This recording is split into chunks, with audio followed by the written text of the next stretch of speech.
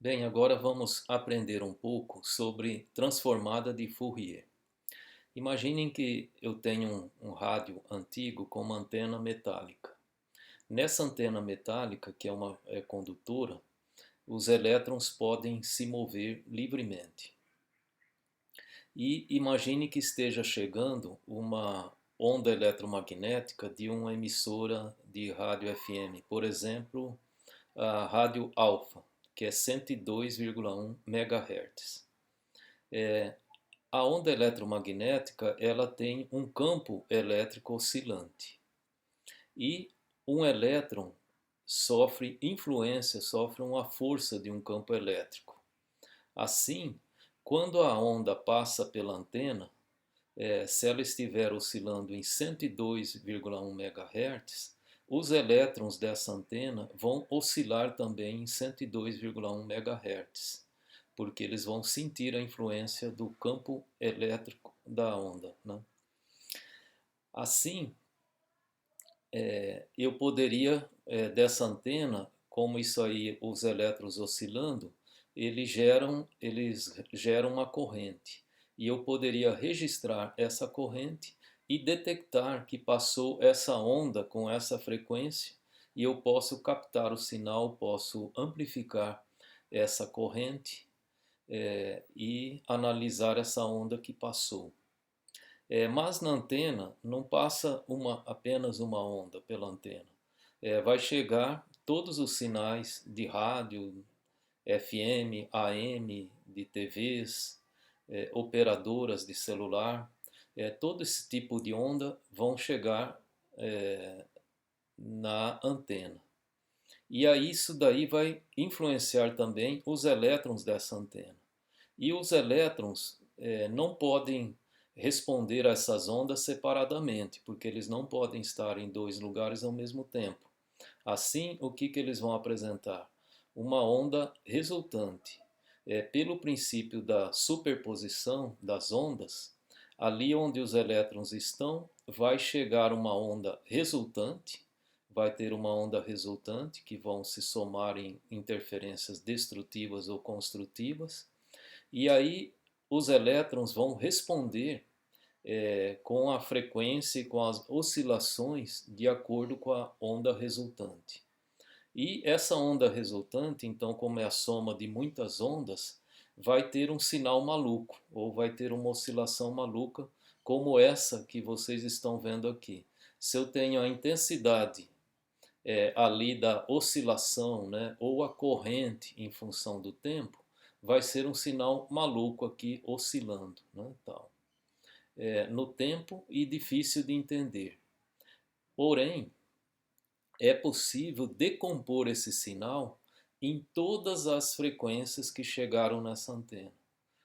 Analisando esse sinal, é possível descobrir as ondas que passaram por essa antena e, além disso, tirar a intensidade e a potência de cada onda que passou por essa antena.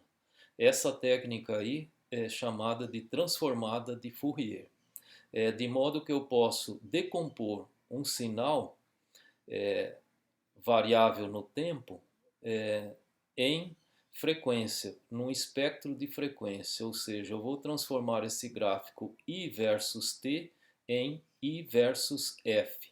E aqui eu vou ter cada frequência. Por exemplo, vamos supor que eu tenho uma dessas frequências, seja da rádio alfa, 102,1 MHz, aí eu coloco aqui. E o quanto foi intenso o sinal? Aí pela intensidade do sinal, eu coloco essa altura aqui. Teve uma influência de uma outra rádio de TV, mas foi nessa frequência, mas foi com uma potência menor. Outra veio com a potência maior. E assim eu vou abrir esse gráfico num espectro de frequência, de modo que eu vou ter todas as ondas eletromagnéticas que passaram por ali, que foram ondas periódicas, né, tipo senoidais, né? E aí eu vou ter esse espectro. E essa técnica serve também para eliminar ruídos, porque eu posso transformar este sinal neste e depois posso voltar para compor esse de novo, porque a transformação de Fourier segue nos dois sentidos. Acontece que todas as ondas que passaram lá de emissoras de rádio são ondas que se repetem no tempo, ou seja, são ondas periódicas. E o ruído não é uma onda periódica, é uma onda aleatória. E quando eu fizer a transformação de Fourier, eu obtive a melhor composição dessas ondas periódicas que vão gerar essa onda resultante. Assim, as ondas que estão aqui, elas tiveram uma composição livre de ruídos. Nesse espectro aqui, não há o ruído. E quando eu fizer a volta para cá, eu tenho a onda resultante, mas agora livre de ruído. De modo que, além disso, além de fazer essa decomposição das ondas, ainda é possível usar essa técnica para eliminar ruídos. E essa transformação inicialmente era feita através de cálculos de integrais, ou seja, eram cálculos complicados e difíceis de fazer. Agora é bem possível, né? Você pode transformar então I versus T em I versus F. Agora é possível usar programas que fazem isso rapidamente e circuitos elétricos também o fazem. Ou seja, quando eu tenho um sinal variado no tempo, eu posso, no computador, fazer a transformação de Fourier no clicar do mouse, ou seja, quase que instantaneamente. E também os circuitos elétricos podem também decompor e montar o espectro associados aos cálculos eletrônicos também, podem montar o espectro da transformada de Fourier. Para entender melhor, vamos imaginar aqui como que seria a transformada de Fourier do diapasão que esteja emitindo a nota Lá.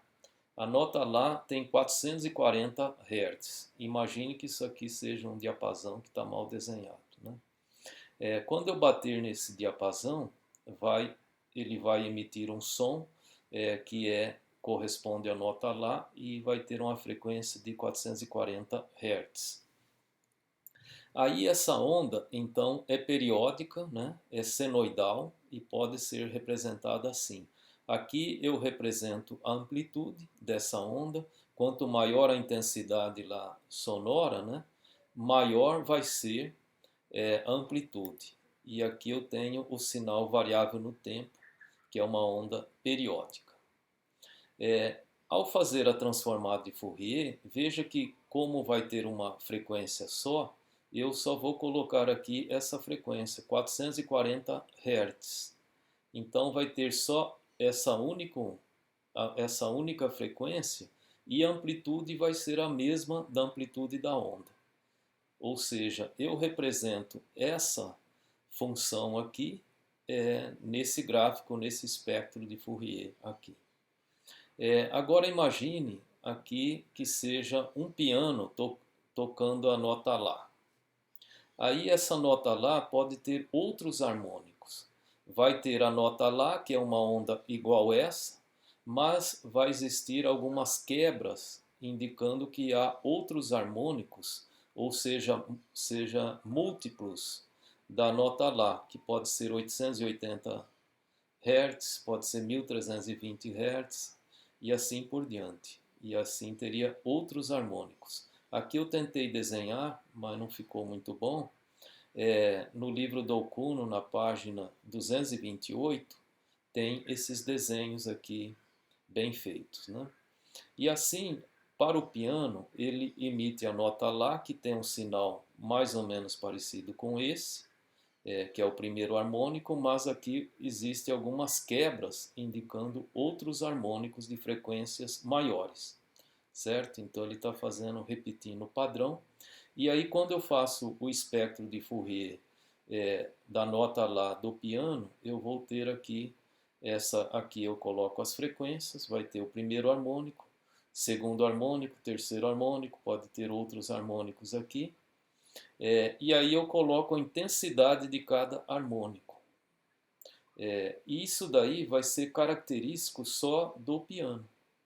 Quando eu passar para o violino, emitindo a mesma nota lá, eu vou ter um outro espectro, vou ter um outro padrão aqui e eu vou ter um espectro com as mesmas frequências, e pode ter outros harmônicos aqui, mas com intensidade relativa dessas frequências diferentes, que é próprio do violino. E assim é possível também decompor a voz de uma pessoa. Os peritos, quando eles vão analisar a voz para ver se a voz de um som é mesmo de uma pessoa, eles vão fazer a transformada de Fourier. Porque aqui, analisando a transformada de Fourier, essa característica aqui é uma característica inerente a cada voz, a cada pessoa, está relacionado com o timbre do instrumento também. Então é uma forma mais precisa, te dá uma possibilidade melhor de analisar um som.